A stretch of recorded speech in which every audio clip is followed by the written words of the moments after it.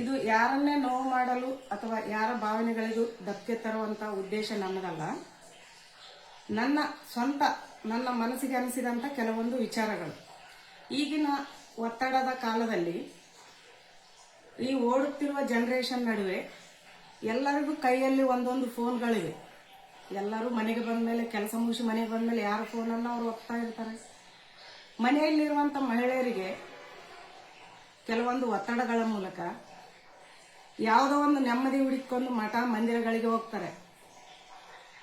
ಮಠ ಮಂದಿರದಲ್ಲಿ ಅದನ್ನು ಎನ್ಕ್ಯಾಶ್ ಮಾಡಿಕೊಂಡು ಏನ್ ಮಾಡ್ತಾ ಇದ್ದಾರೆ ಅಂದ್ರೆ, ದೇವರ ಹೆಸರಿನಲ್ಲಿ, ಮೂಢನಂಬಿಕೆ ಹೆಸರಿನಲ್ಲಿ ಅವರ ಒಂದು ಶಾಂತತೆ ಇಲ್ಲದ ಮನಸ್ಸನ್ನು ಇನ್ನೊಂದು ಸ್ವಲ್ಪ ಹದಗೆಡಿಸಿ ಅವರಿಗೆ ಮೂಢನಂಬಿಕೆಯನ್ನು ತುಂಬುತ್ತಾ ಇದ್ದಾರೆ. ಎಷ್ಟರ ಮಟ್ಟಿಗೆ ಮೂಢನಂಬಿಕೆಯನ್ನು ತುಂಬಿಕೊಳ್ತಿದ್ದಾರೆ ಮಹಿಳೆಯರಂತಂದ್ರೆ, ಅವರು ಎಷ್ಟೇ ಆರೋಗ್ಯ ಸಮಸ್ಯೆ ಇದ್ರೂ ಕೂಡ ಬೆಳಿಗ್ಗೆ ಎದ್ದು ಮನೆ ತೊಳೆದು ಸ್ನಾನ ಮಾಡಿ ದೇವ್ರ ಪೂಜೆ ಮಾಡಿದ ನಂತರನೇ ಊಟ ಮಾಡಬೇಕು ಅನ್ನಂತ ಒಂದು ಮೆಂಟಾಲಿಟಿಯಲ್ಲಿ ಸಿಲುಕೊಂಡಾರೆ.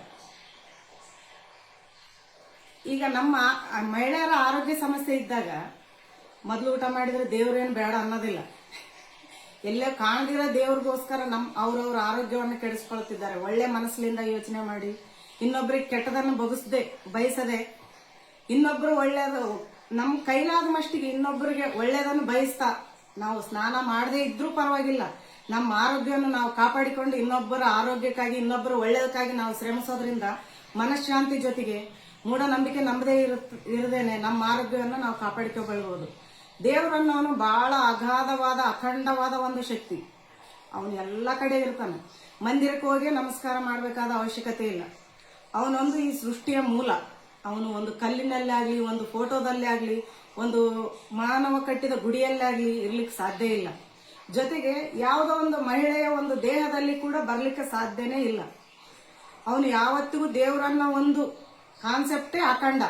ಇಡೀ ಪ್ರಪಂಚದ ಸೃಷ್ಟಿಯಿಂದ ಹಿಡಿದು ಮಾನವನ ಒಂದು ದೇಹದ ಸೃಷ್ಟಿಯವರೆಗೂ ದೇವನೇ ಸೃಷ್ಟಿ ಮಾಡಿದ್ದ. ಆದ್ರೆ ಕಾಣದೇ ಇರೋ ಆ ವ್ಯಕ್ತಿನ ನಾವು ಒಪ್ಕೊಳ್ಳೋದಿಲ್ಲ. ಹಾಗಂತೇಳಿ ಒಪ್ಕೊಳ್ಳದೆ ಬಿಡಕ್ಕೂ ಆಗೋದಿಲ್ಲ. ದೇವರ ಹೆಸರಿನಲ್ಲಿ ಇದೆಲ್ಲ ನಡೀತಾ ಇರೋ ಒಂದು ಲಾಭಿಗಳನ್ನ ನಾವು ಮೊದಲನೇದಾಗಿ ಲಾಭಿಗಳು ಜೊತೆಗೆ ಅದು ಮಹಿಳೆಯರಂತ ಯಾಕೆ ಹೇಳ್ತಾ ಇದ್ದೀನಿ ಅಂದ್ರೆ, ಅದಕ್ಕೆ ಬಲಿಯಾಗ್ತಾ ಇರೋರು ಆದಷ್ಟು ಮಹಿಳೆಯರೇ. ಈ ಕುಟುಂಬದಲ್ಲಿ ಬೆರೆಯಕ್ಕಾಗದೆ, ಕುಟುಂಬದಲ್ಲಿ ಹೊಂದ್ಕೊಳ್ಳಕ್ಕಾಗದೆ, ಜೊತೆಗೆ ಯಾವುದೋ ಒಂದು ಶಾಂತಿಯನ್ನು ಹುಡುಕುತ್ತಾ ನಾವು ಮಠ ಮಂದಿರಗಳನ್ನು ಹುಡುಕ್ಯಂತ ಹೋಗ್ತೀವಿ. ಜೊತೆಗೆ ಆ ಶಾಂತಿಯನ್ನು ನಮ್ಮ ಕುಟುಂಬದಲ್ಲೇ ನೆಗೆಟಿವ್ ನಡುವೆ ಪಾಸಿಟಿವ್ ನಡುವೆ ನೆಗೆಟಿವ್ ಎರಡೂ ಇರ್ತದೆ. ಎರಡರ ಜೊತೆಗೆ ನಾವು ಹೊಂದಿಕೊಳ್ತಾ ಇದ್ರೆ ಮುಂದೆ ಜೀವನದಲ್ಲಿ ನಿರುತ್ಸಾಹನೂ ಬರೋದಿಲ್ಲ. ಯಾವುದೇ ಶಾಂತಿ ನೆಮ್ಮದಿ ಹುಡುಕ್ಯಂತ ಹೊರಗೆ ಹೋಗೋ ಅವಶ್ಯಕತೆನೂ ಇಲ್ಲ. ಒಂದು ಮಠ ಮಾನ್ಯ ದೇವರ ಹೆಸರಿನಲ್ಲಿ ನಡುವೆ ಲಾಭಿ ಮಾಡುವಂತವರ ವ್ಯಕ್ತಿಗಳಿಗೆ ನಾವು ಲಾಭಿಗಳಾಗಿ ಕೈಯಲ್ಲಿ ಸಿಗೋದು ಇಲ್ಲ. ಯಾಕೆ ಈ ಮಾತು ಹೇಳ್ತಿದ್ದೇನೆ ಅಂದ್ರೆ, ನೆಮ್ಮದಿ ಅನ್ನೋದು ನಮ್ಮೊಳಗೆ ಇದೆ.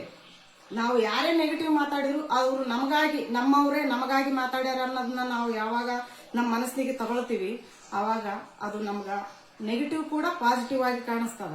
ಅದು ಮನಸ್ಸು ಗೊಂದಲ ಆಗ್ಲಿಕ್ಕೆ ಸಾಧ್ಯ ಇಲ್ಲ. ನಮ್ಮ ನೆಮ್ಮದಿ ನಮ್ಮ ಹತ್ರನೇ ಇರ್ತದ.